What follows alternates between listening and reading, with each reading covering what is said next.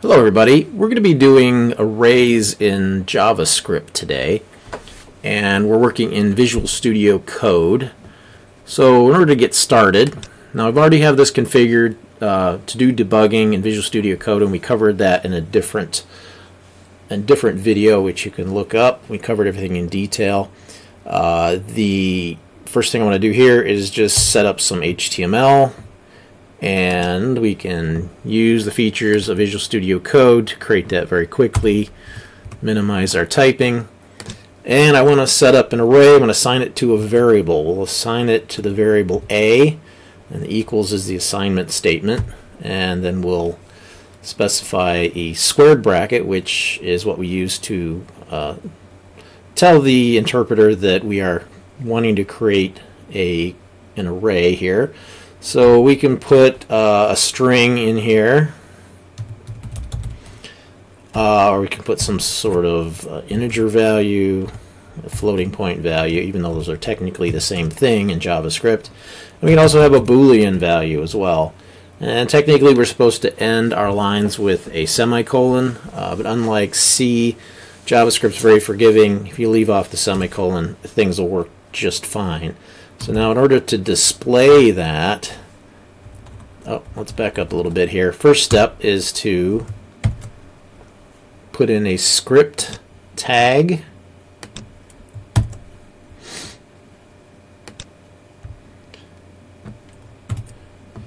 So we have an open script and a closed script.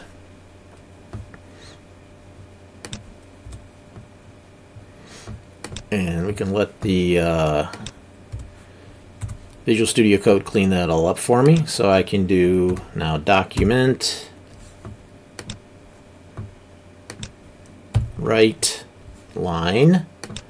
So write line actually puts a carriage return line feed at the end.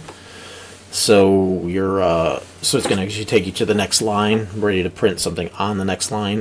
If you use just plain old write, it would anything printed after it would be printed right after that string. So what we're doing is we're taking those values that are in that array and which have been placed into the variable A. So we're going to print that array out that's in variable A, and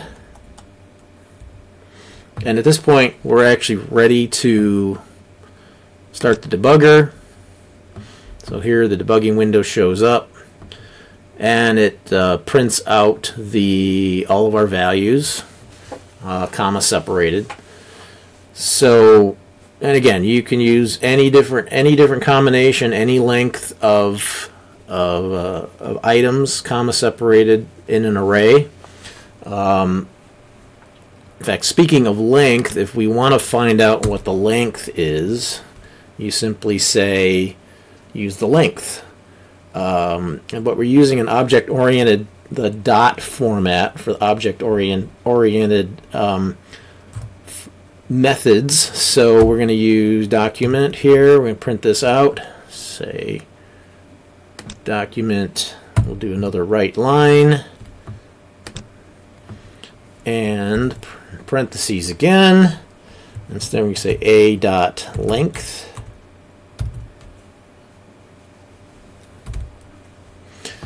and that's going to give us the number of items in the string. So now we could also give this a label if we want, length. And so we need to put that in quotes.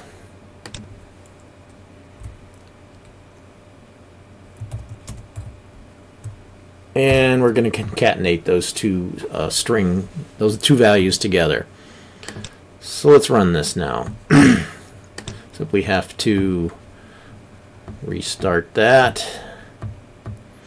So if you already have a debugging session running, you can simply hit the restart here.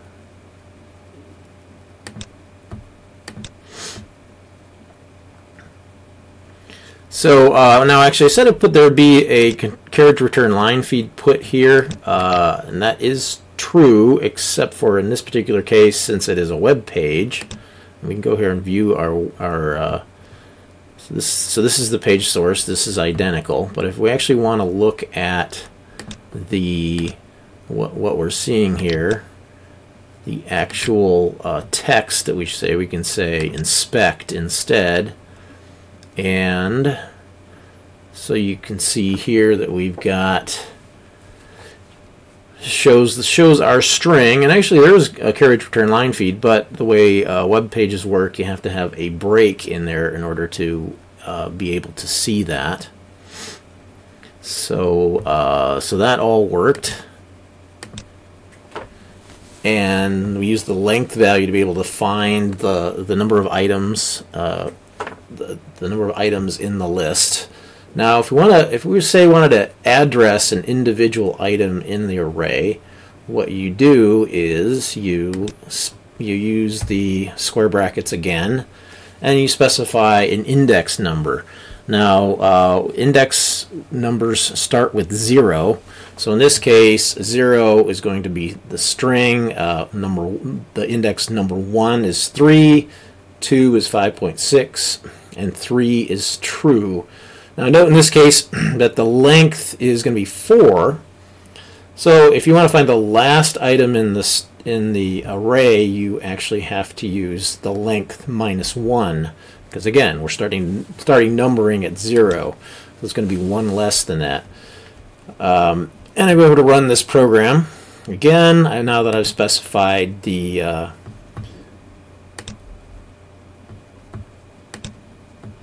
let's see, there you can see that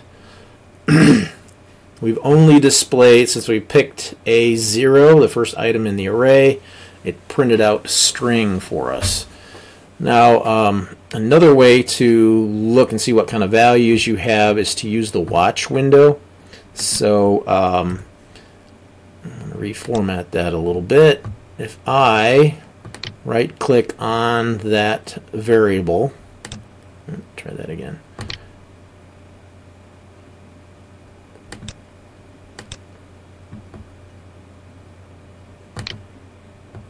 Fortunately, it forces you to select the actual variable, not just necessarily click on it in order to add to the watch window over here. You can also, the other way to do that is to add, say, plus and just type in the expression name or copy it. To clear all the watch windows, you just remove all expressions, click here. But let's put that back.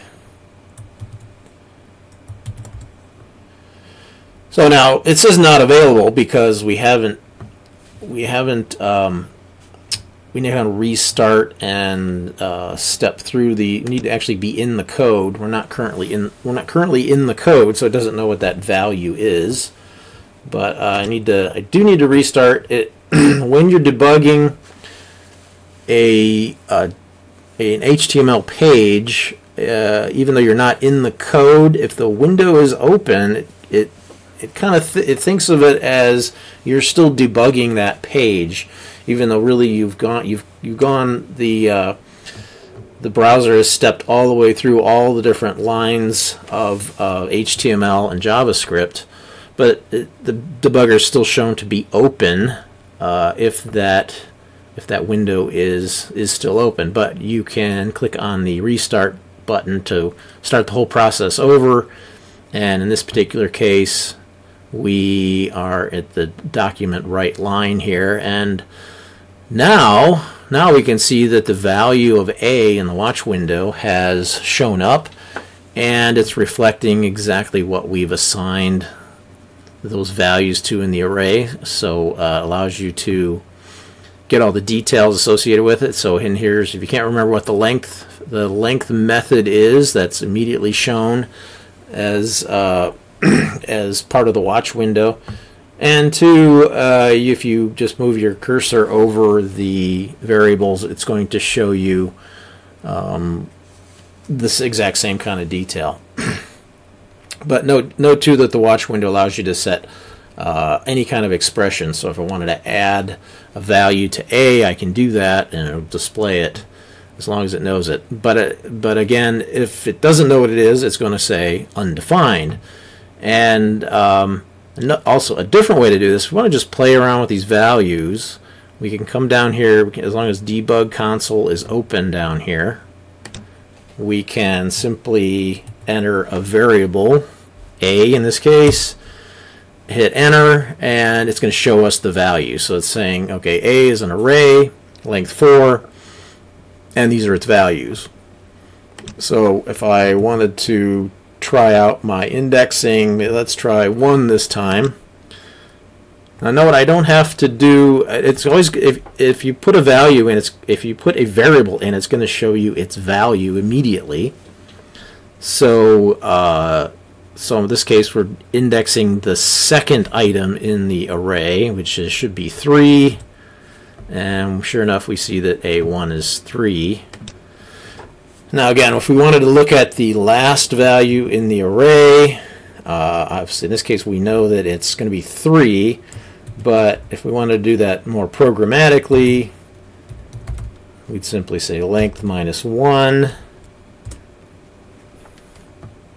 except note that you have to spell it correctly.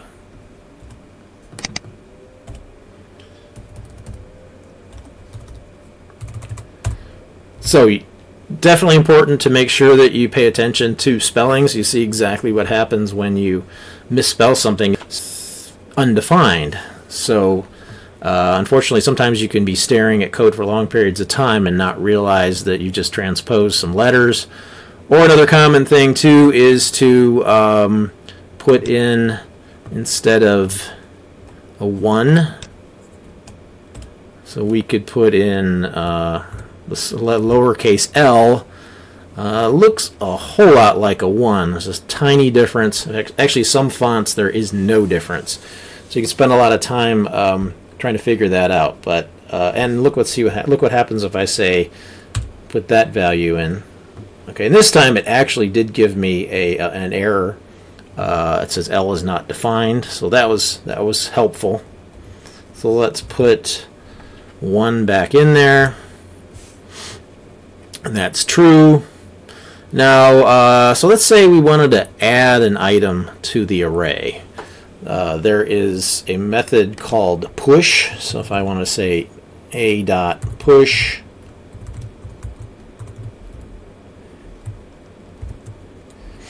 and let's say I just want to put the value of 7 in the array. So I say a.push. Now it returns 5. Basically what it's saying is that's the new length of the array. So the push is going to return the length of the array, not the value that you pushed on it. So if we could, so if we want to actually display the value, now see over here it actually hasn't updated this value of A. But if we were to print it out here, so that's sort of a bug in the in Visual Studio, that it really should be updating that watch window correctly. But as we see, we printed out here, the 7 has been added onto the end of the array. So push adds a value onto the end. Now if you want to remove the item correspondingly, there is a pop.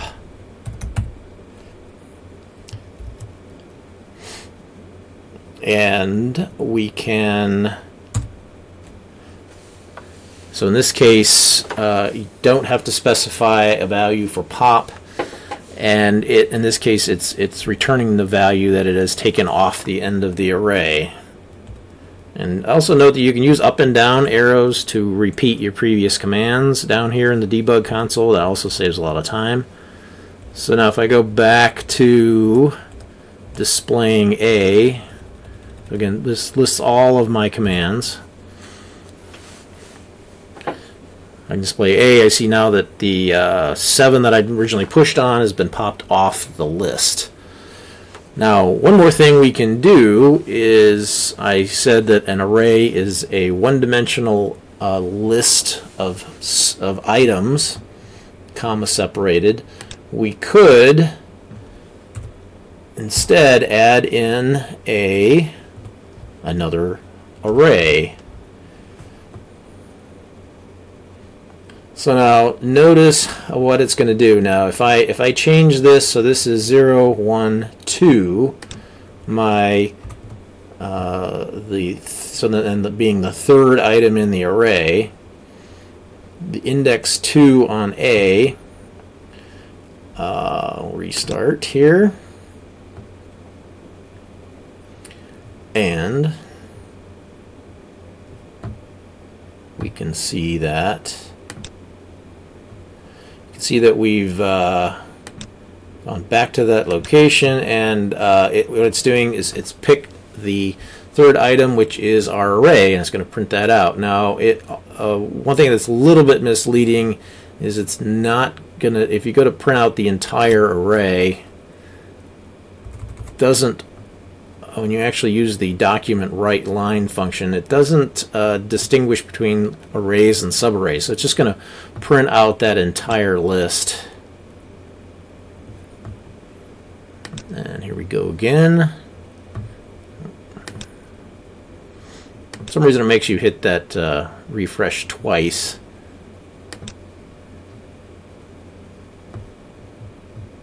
So as you can see that it's actually printed out string 3, 1, 4, 5, and then true. It just prints out all the elements in the array, but doesn't note the fact that that's a kind of a subarray inside the first array. But now, if we wanted to correctly address an individual item in the array, we would use 2 brackets instead. We can do that down here very quickly. So A2. We know that's an array, so I simply add another set of square brackets, and I can individually address the items in that list. So if I say